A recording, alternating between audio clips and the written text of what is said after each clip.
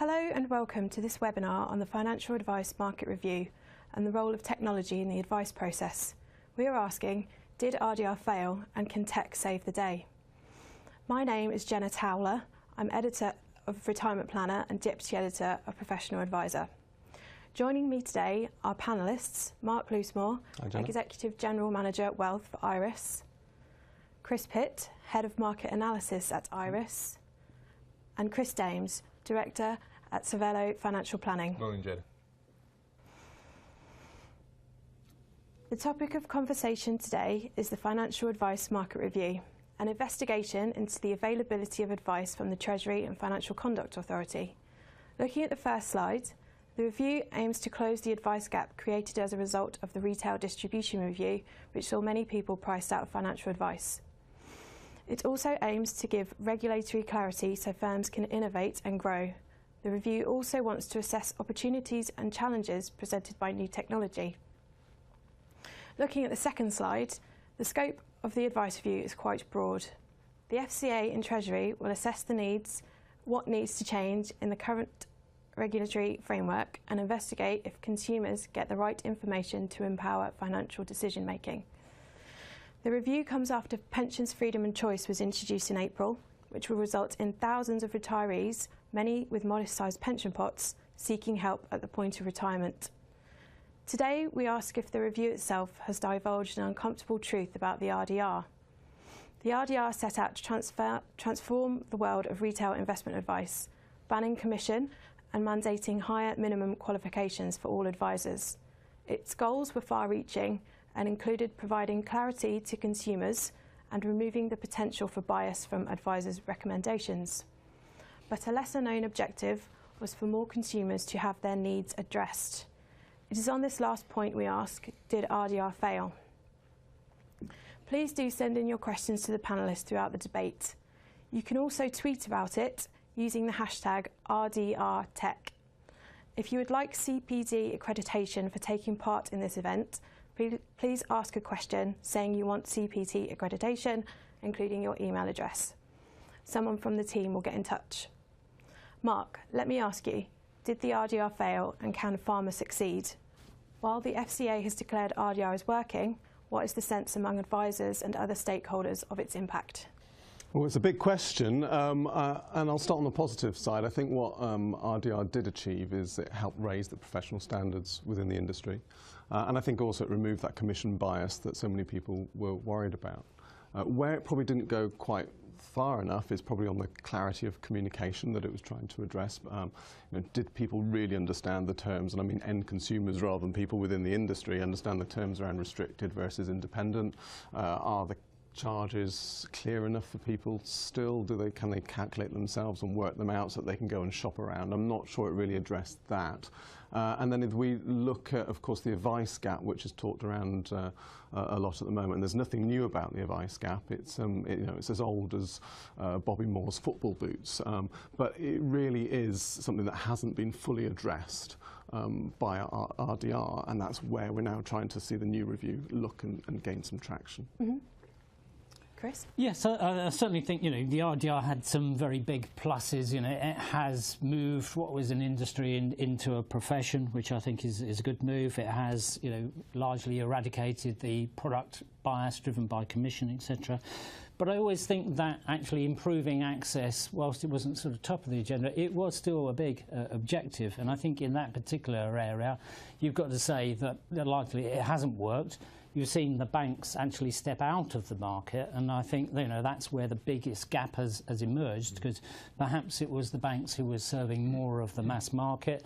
Numbers of advisors has actually stayed pretty much the same, and they're still servicing primarily the wealthier clients, and the banks have stepped out. And I think the government is quite rightly now saying this is a problem that society has to resolve. We have more people saving more through auto-enrolment, they're having bigger pension pots as a result, and they need some help or guidance or advice. And I think, Mark, you're quite right to raise the point there, well, what exactly is it? I think what we do know is that more mass market consumers do need something in the terms of help. So I think the interesting thing for me is and in my opinion, RDR didn't fail, because what it did is start the process of turning our industry into a profession, which was fundamentally important in terms of getting the foundations right. Now, what's happened off the basis of that is a number of unintended consequences. The banks coming out of the market is one of them, which has left a gap that's always been there but continues to grow. So RDR didn't fail, but pharma is the evolution of regulation. And actually, if you look back, that's nothing new. You know, we've always had continuing regulation, both to accommodate the changing market and to accommodate the market challenges that continue to rise. So I think that's just going to carry on. Mm-hmm. Thank you. What, if anything, does pharma tell us about the success of RDR? Chris? Well, I think, you know, as we were just saying there, you know, it tells us that it was an unfinished task. I think, as you're quite rightly saying there, Chris, you know, did some good things, but now we have to move on. And I think, you know, pharma is really just saying that, you know, the high net worth market has been improved, but that mass market really is an issue that needs to be addressed. So I think, you know, as you quite rightly say, it's the next step, the next big problem that we really do need to address. There's nothing wrong with that. I mean, it's quite a natural thing to do a major piece of legislation such as our RDR, and then follow that up with something that says, how did it work, and let's move on to the next stage of things. Particularly as things have changed. We've had pensions freedom since then, which has put more demand on advice. So it's wholly appropriate that it does take that point now and then try and take it to the next stage as an evolution of advice. Mm-hmm. Chris? So what was the question, Jen? It was, what, if anything, does pharma tell us about the success of RDR? Great question. Absolutely nothing. Okay.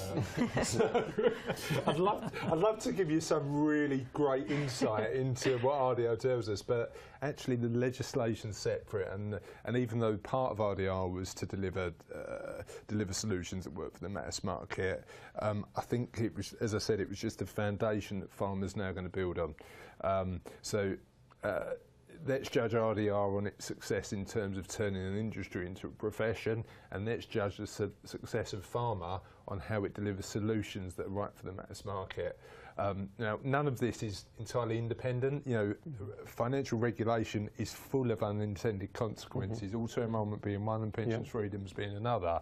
But I think the most sensible approach to any form of regulation is just to focus on the most immediate problem, try and solve that by regulation, know that there will be unintended consequences, and then try to solve those. Mm-hmm. Okay, that's great. At this point, I'm going to launch our first poll of the morning. We're asking, how important do you see the role of technology in being able to offer affordable advice?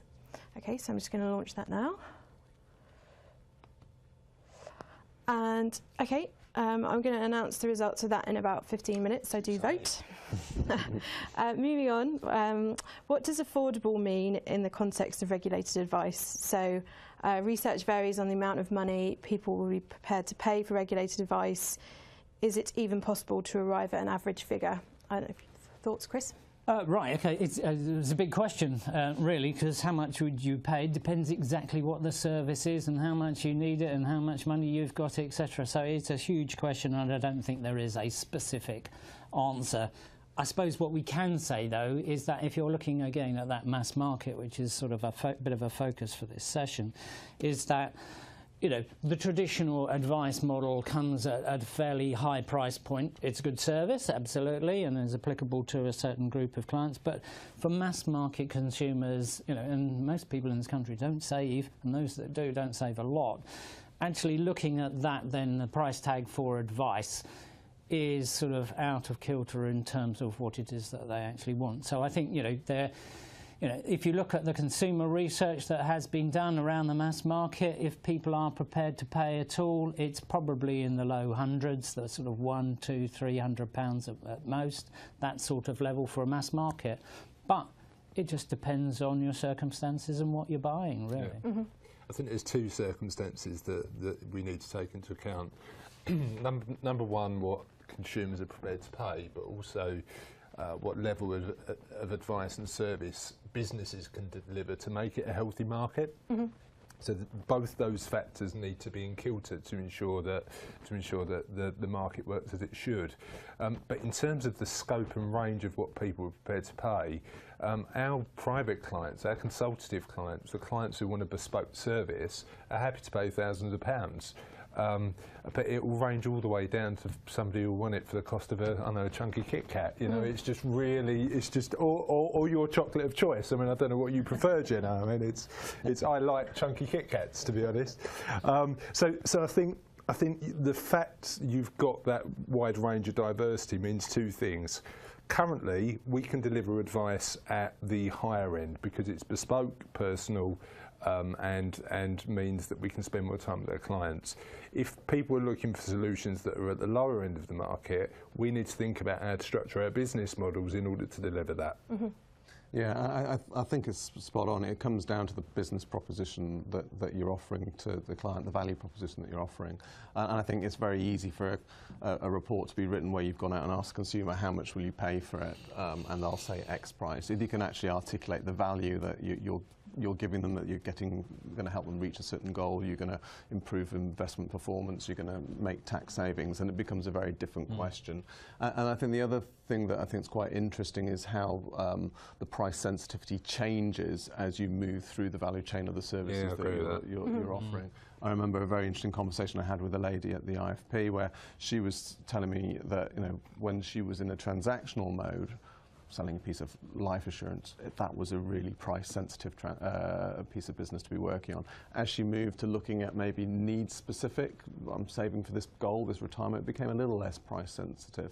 But when she moved into full lifetime cash flow planning type scenarios, it became much more about value and much more significant. I think a key factor on that is because at that end, that level of service, you're helping people answer the intangible questions of life as opposed to just being around a product. And actually, the technology we've got at the moment can't get anywhere close to what a human can do in terms of that. Yes, and I think you could raise a good point there in terms of the sorts of advice. You know, if I just want advice on a specific, which product should I buy, A or B, or which portfolio should I go in, and I just want a one-off discrete piece of advice, that's very different to, actually, I want to enter into an ongoing, relationship, and you manage my portfolio and everything else associated with it. So, how much we charge for advice? Well, we've really got to define what it is that we're offering. What's the service? What's the service? And even with a single client, you may be offering multiple services. So you, at times, will be wanting to give that holistic approach. But when it comes to ISA season, there may be a different service altogether. So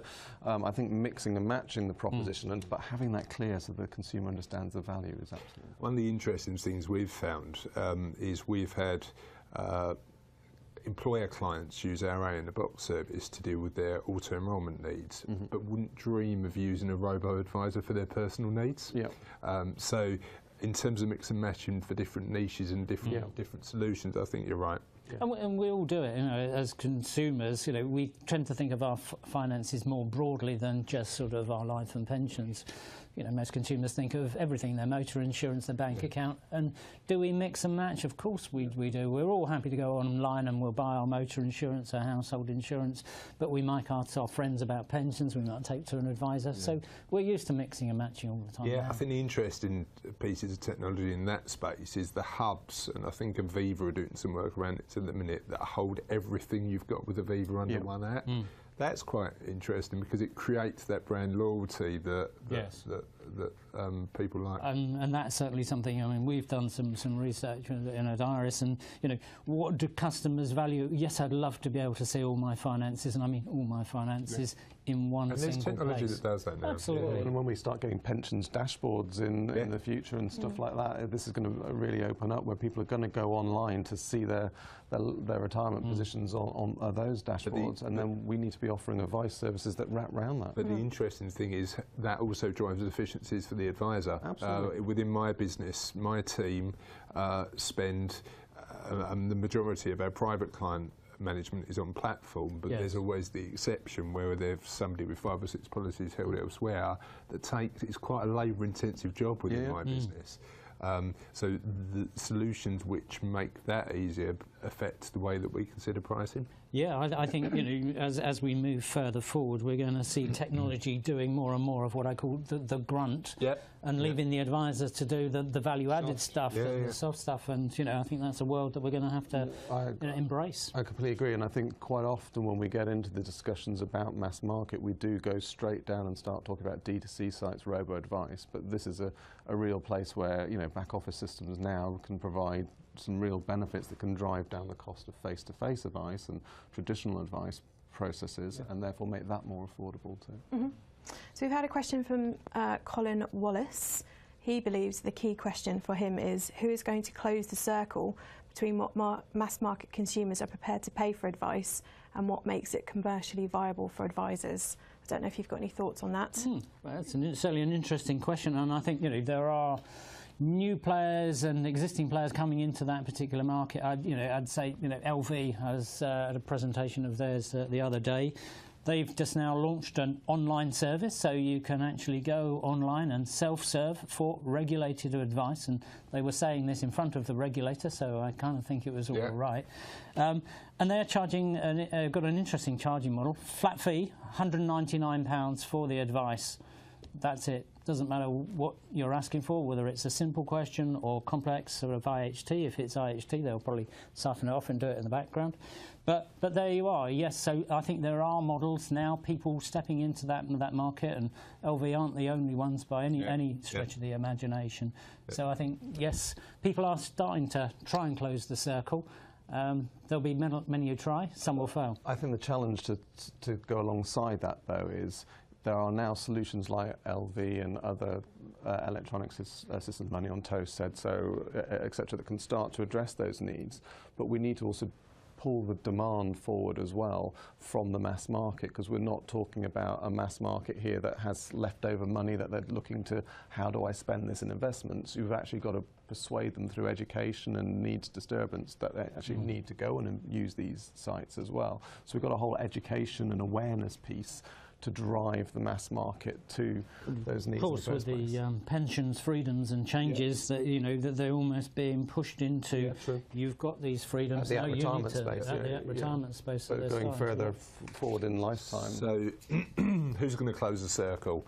Not one business. It's going to be a bunch of different businesses who develop solutions. But if you look at any other sector, there's normally sort of 3 or 4 key players that really drive, especially in the technology space. When I think of accommodation, I think of Airbnb. Airbnb are the most prominent one out there at the minute, but also hotels.com and things like that. So you'll have prominent providers who close the circle. The reality is we don't know yet. Because we haven't seen that evolution in terms of enough people developing solutions that have been commercially successful yet. But it's interesting in terms of bringing that demand forward, because I firmly believe that demand comes from workplace. If you've got a situation where, as we've discussed already, RDR meant the bank stepped away from the market, where do people get advice now? Where do people trust? And actually, their workplaces where they can talk to their friends, and especially with auto enrolment where everybody's got a pension scheme, is going to be one of the most pertinent places they can go. I think that's entirely right. I think the workplace is a key area, but I mean also I think the banks will come back into the market. We know that they stepped out, but they can't afford to step out forever. They have to be back in there because their customers want those services. And I think we have to recognise that they control 80–90% of our current accounts, and we come back to that point about aggregating and seeing all your finances in one place. They are in a kind of good place to actually do that. I think there's two factors that mean that the banks have got a huge advantage over most businesses. Number one, brand, because even though their brand has been potentially damaged over the last few years, it's still powerful. Number two, customers. They've got clients. They've got a huge base.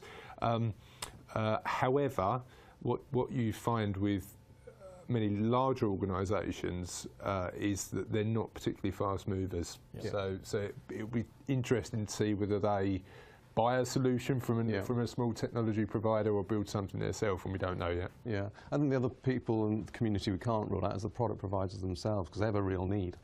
They have orphan clients, and that's driving them to invest in this area. So, and that could be through a direct sales force. I mean, Prudential with PFP have a growing, successful sales force that are offering low-cost solutions through to people launching D2C solutions.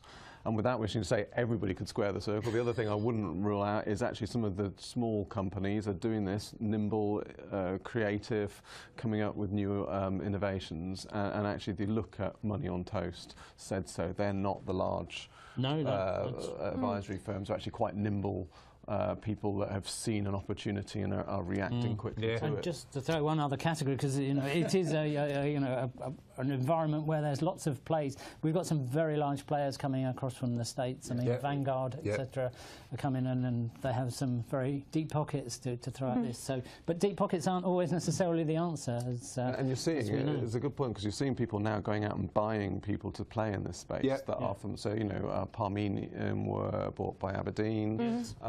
And a large part of that, I'm sure, was to do with their simplified advice offering that they've got. So you have got a whole host of people lining up to play in this space. Yeah. Who's going to win and close the circle is going to be really interesting. Yeah, I think it will be exciting. But the other interesting thing is how niches are going to develop in this market. So through A in a Box, we've decided to focus on the corporate niche, and that works really well for us. But actually, you might find solutions that are focused on specifically mums aged 30 to 50, because their potential needs are different to somebody who's a baby boomer who's approaching retirement. So I think there's a bunch of solutions that could work. We've had another question come through from a viewer. Graham Setterfield asks, do you see potential channel disruption with technology and information companies like Google becoming challengers to the status quo? Mark?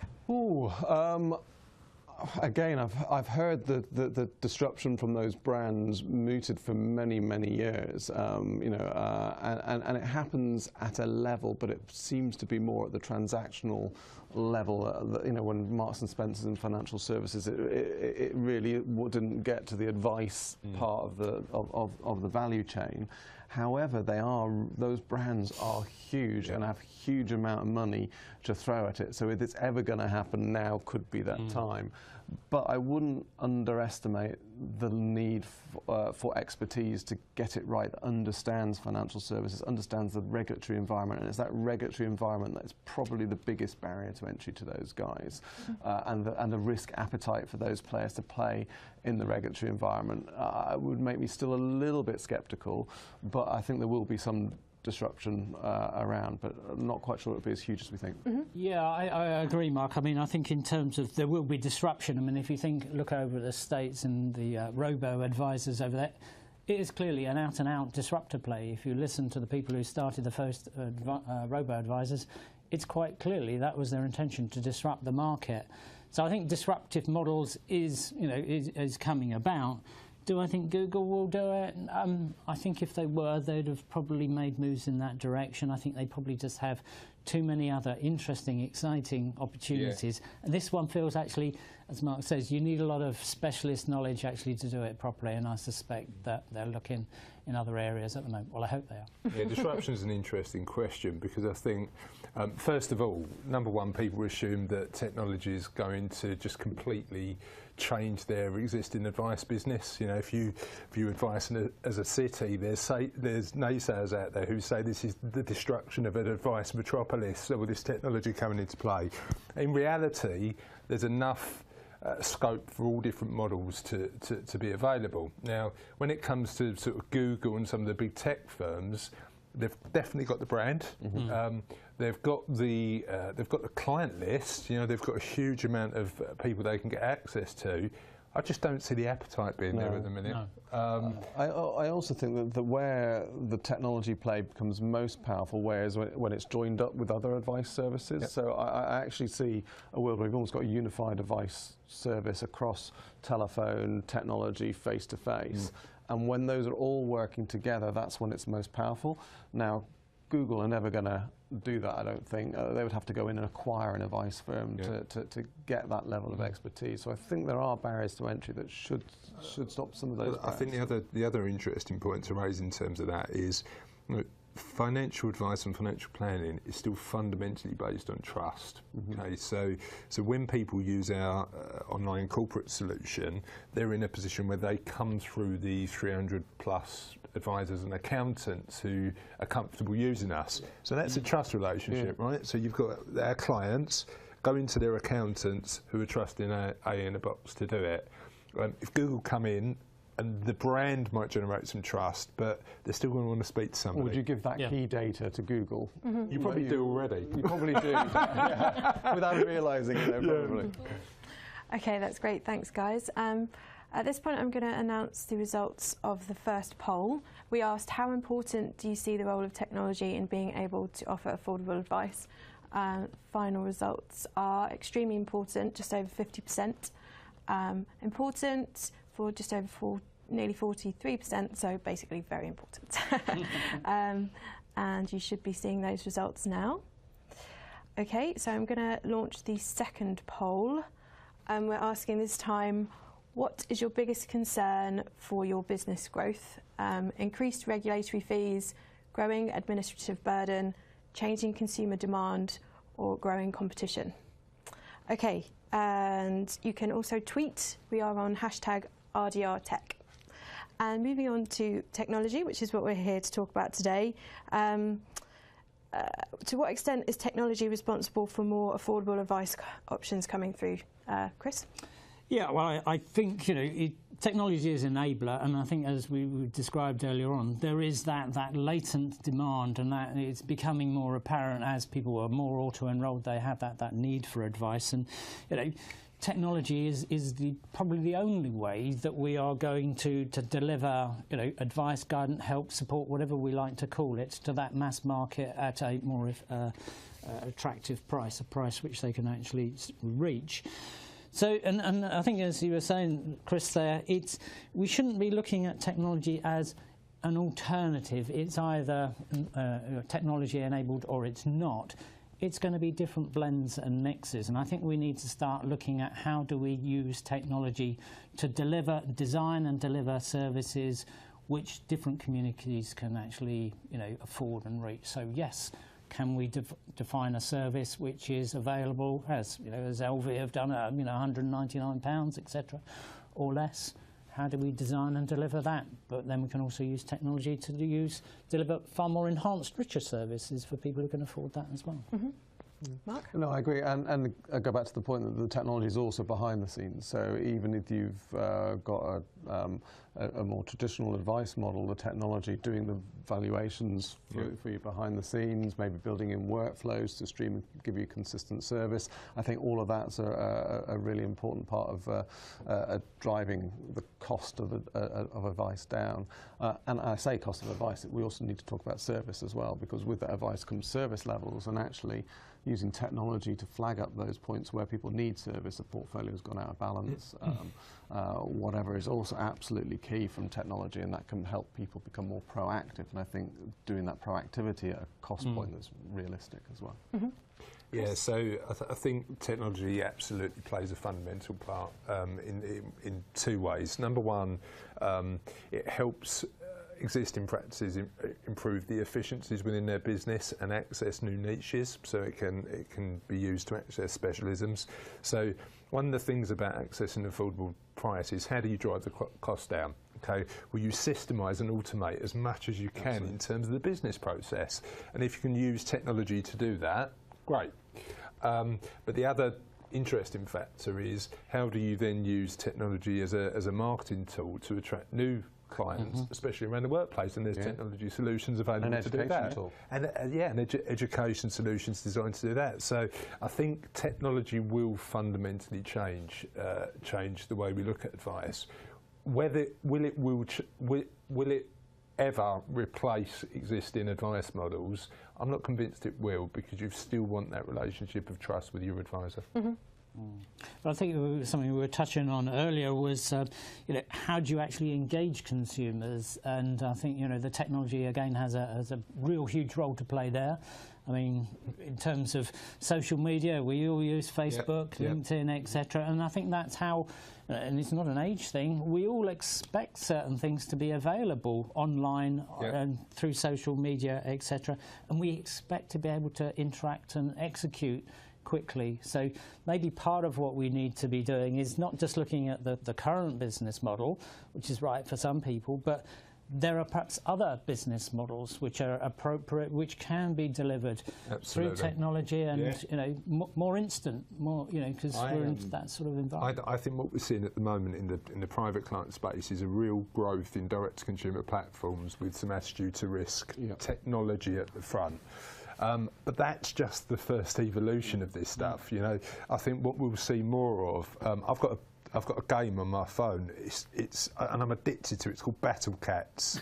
It's available on Android. I'm not selling it, but it's just really addictive. And it gamifies my experience, so I keep on coming back for more. And there's no financial incentive involved in that. I do it for fun. Yes. And is that missing from the experience we deliver to consumers? I mean, again, once on that gamification, I've seen a marvellous app which is, educating people around pensions and how you have to contribute, etc. And they've done it in terms of using an algorithm in terms of jumbo jets. Okay. So the more you invest, the higher your plane goes, and then when you're coming down to retirement, you have to land the plane softly. Okay. And again, it's great fun and it's addictive, but you're learning as you go, and you're seeing what the impact is of putting money in and taking money out, and it's very good. I think there's some really good ones in the States. So there's things like iBloom, which uses the flowers blooming and growing with your portfolio. There's things like iBillionaire, which tracks portfolios of billionaire investors. So you can model your portfolios against them, and you sort of then can take it down the pub and discuss the things. My flower's bigger than your flower, is that what we say? And the other one which I quite liked, which was to get the competitive thing in. I've seen one around, I think it was called Flex Score, where your score, they give you a score for your financial awareness and your financial prowess, and then gives you things to do to improve it. And those things would be do an online ATR or whatever that drives you down a certain route. But it scores you and shows you how you are against peers of your age group or your income salary. That sort of thing. There's a great book by a guy called Ryan Holiday who talks a lot about the gamification. It's called Growth Hacker Marketing. Okay. Worth picking up because it just talks about that experience. And when we look at Facebook, surely all Facebook is when we put photos up is just a social game. It's an element of primarily we put photos up to show our family, because our family are all over the country. It's always quite nice when somebody says, "Oh, Sophie's looking lovely," or "Charlotte's looking lovely." So there's an element of social game involved in Facebook too. Yeah. Okay, thank you for that. A bit of a broad question here. Are consumers sceptical about technology, and might this dissipate as the generations become more used to being online? Chris? Yeah, I think, I would almost turn that around the other way, and I think, consumers, if you consider, how far technology has come in the last sort of 20-odd years and what we expect technology to do, I think in terms of our industry, we're probably lagging a little bit behind, and our consumers expect us to be doing more with technology.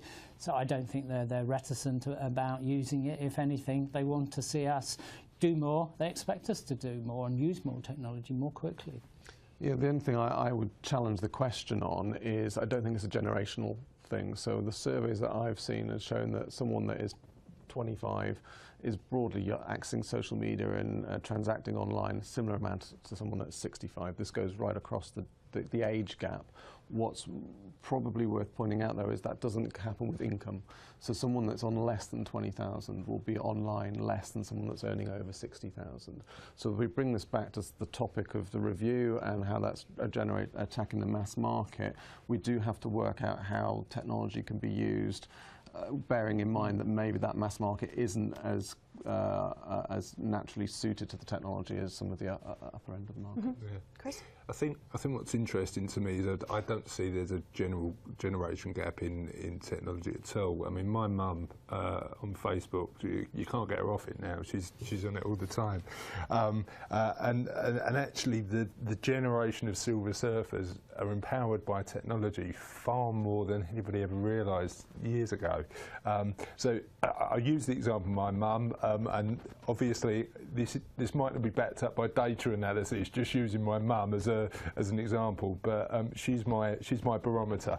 So my mum loves social media. She likes Facebook. She loves banking online. She's banked online for a number of years, and she uses services that have two things in common. Number one, they're really easy to use. And I think that's what's missing in terms of the financial services online propositions we develop. Currently, they're in the process of becoming easier to use, but still relatively clunky when you compare it to some of the sort of more mature technology. But also number two, there's always an incentive to go back. So that's when it comes to gamification of those models, and you see that work time and time again. Mm-hmm. We've had another question from Fraser Donaldson, who's asking, who should pay for technology, the advisor or client? Should it be directly or indirectly? There's actually three questions. Who does it benefit most? I think the setup of the technology is going to have to be done by the firm that's running the financial process. I mean, the charging model will have to recover that, so indirectly the client will pay for it initially. But particularly when we're in this evolutionary stage, I don't think any one client will invest enough to do that. So I think we're going to be looking to the larger firms to lead that way. I mean, I think, yes, I'd agree, it is the firms that are going to have to invest, and I think we should be cognizant of the fact that, there's a fintech operations, etc., industry down in the city, and it's literally billions that are being invested in new technology, be it artificial intelligence, etc., because the prizes are actually huge. But you don't have to be huge to invest in technology and use it. I mean, just quite the example of Money on Toast. Fairly small firm there, a subsidiary of just an advisor firm based down in Winchester. Saw an opportunity, got out and had some developers, not many, just created it themselves, and they're up and running. So it's not always the big pockets, but I think it has to be the advisor community, the provider community, etc., that's going to make that investment. Mm-hmm. So for me, I think the key factor is, does it make sense as a business model? And some business models, it makes sense where the end user pays. So for A in the Box, that's the employer, and we've opted for that approach. Mm-hmm. For some business models, especially the back office ones, it makes sense that the advisor pays for that and then passes the cost on, because actually the employer doesn't see the value of those back office solutions directly. I think that's the key factor. But there's a bunch of different business models that work, but it needs to be sustainable for your business. Mm-hmm. I think the interesting point about where that technology comes from, through A in a Box, we're probably, as an advisory firm, an exception in terms of investing quite a significant amount in technology. But the reason we've done it is because the rewards are so big, if you get it right. Okay, thanks very much. I'm just going to announce the results of the second poll. We asked, what is your biggest concern for your business growth? And quite evenly split between increased regulatory fees with 37% and growing administrative burden with almost 36%. And yes, I should see that on your screens now.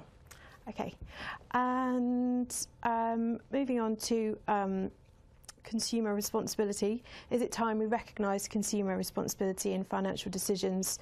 Would safe harbour for advisors help smooth the transition to robo-advice? Chris?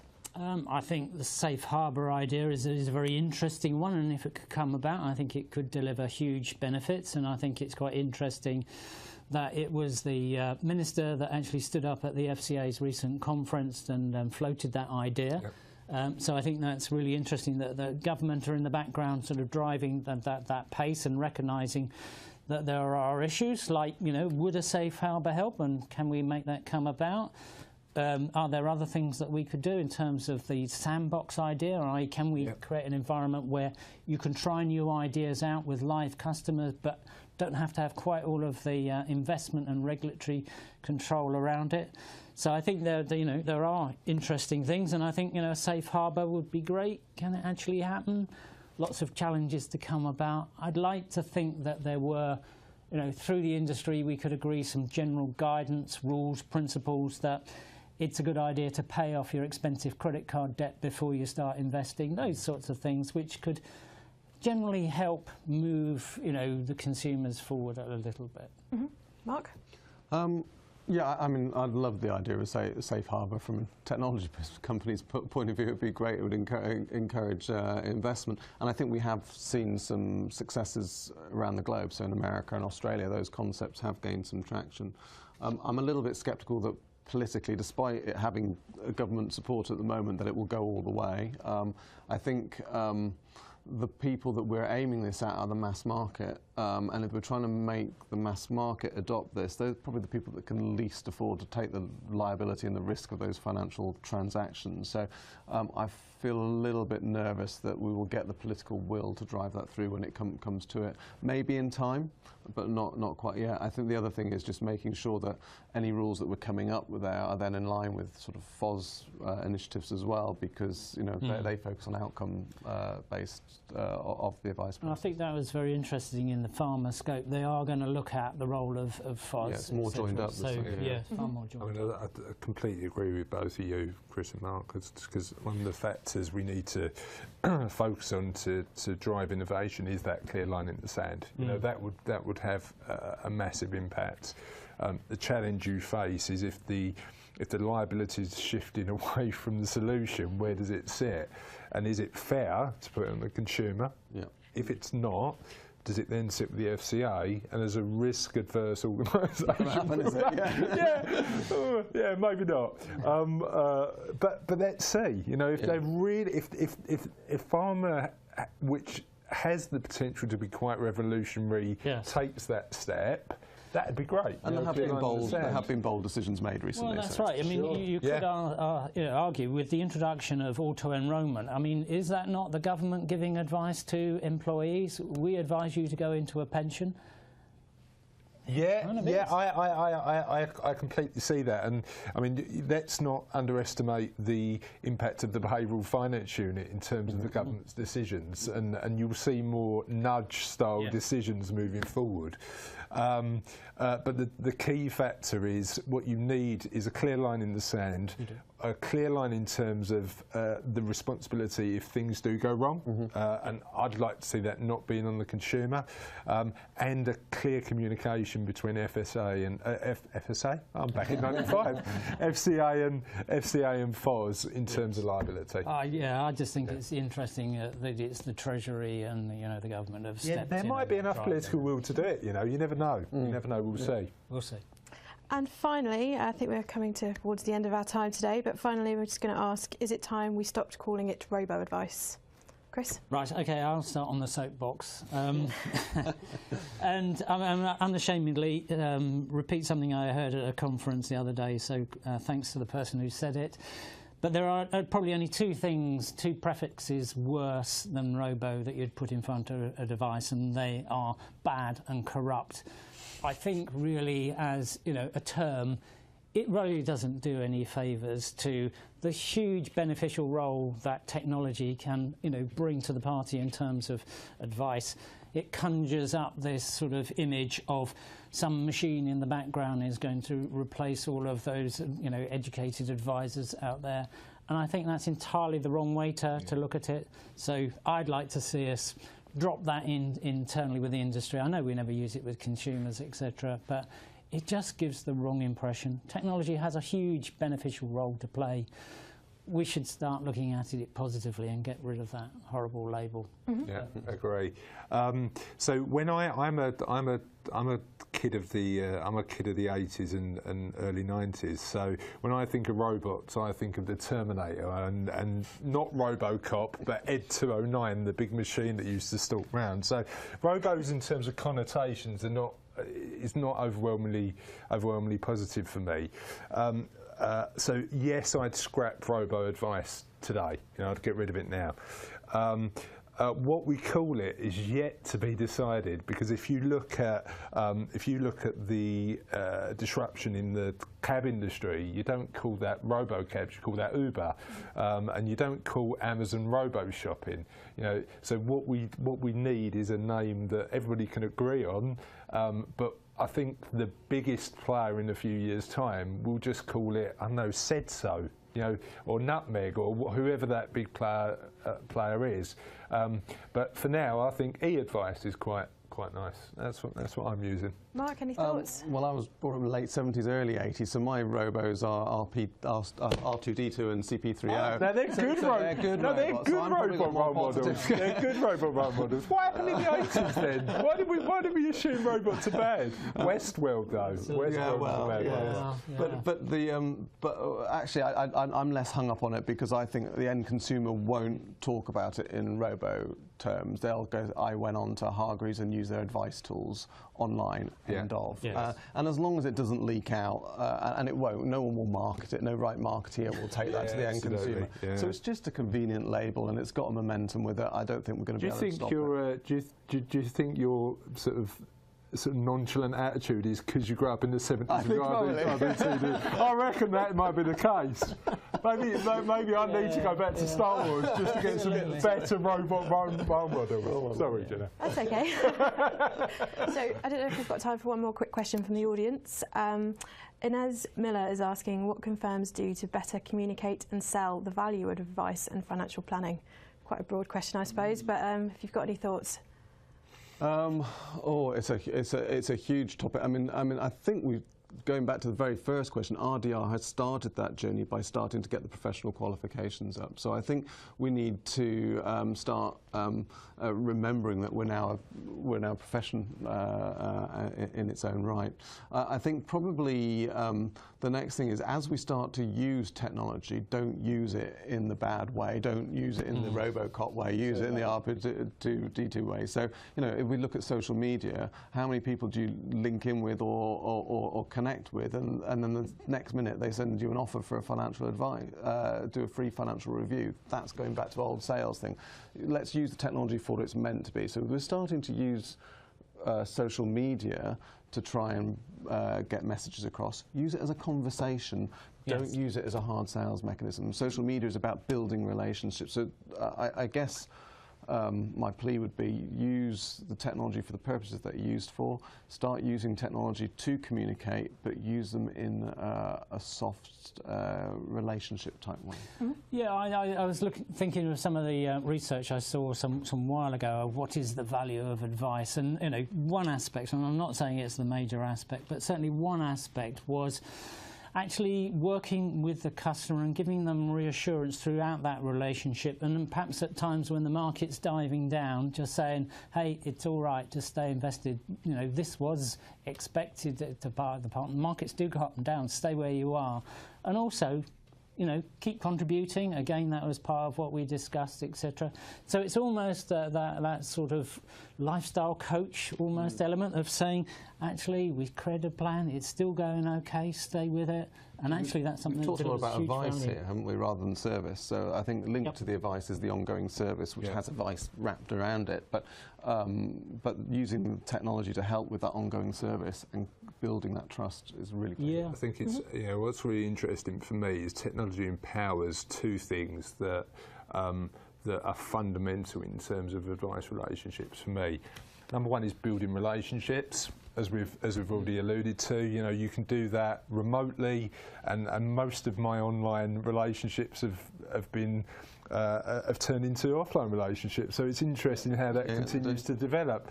I am a married man, so Yeah. I wasn't talking about So we those sort of don't need to know relationships. Yeah, I saw Chris's grin there and got a bit worried, Jenna, did you?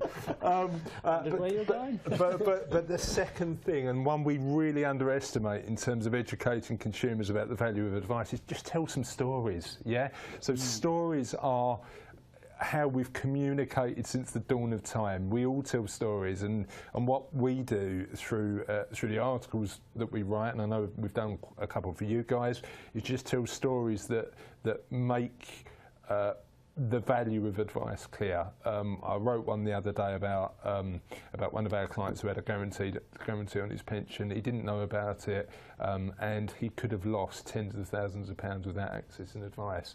And I think we are sometimes scared about telling those stories because of the regulatory threats. But if you do them generically, and we've checked with the regulator, you'll be fine. And I think, you know, build a relationship and tell stories is powerful. You can move it from, well, I saw my advisor once a year and, you know, he came to my house and we had a cup of coffee, to actually, you know, sending me messages and stuff through social media all the time. And it's a very, very different relationship. And a profitable, much more profitable value one for both sides. We know from the feedback we get that the majority of our not the majority, but a lot of our existing clients read all our article content. Now what does that do? That builds our relationship with our existing clients, and then we're like to refer, which is and they can good for pass it on business. to someone, can't they? Absolutely. They can send them a link. Yeah. Okay, that's I think all the questions I have, so it just remains for me to thank the panel very much for taking part. Thank you, Mark, Chris and Chris. Okay. Thanks, Jenna. Yes, if you asked a question, someone from the team will get back to you, and thank you very much for watching. I hope you found it useful.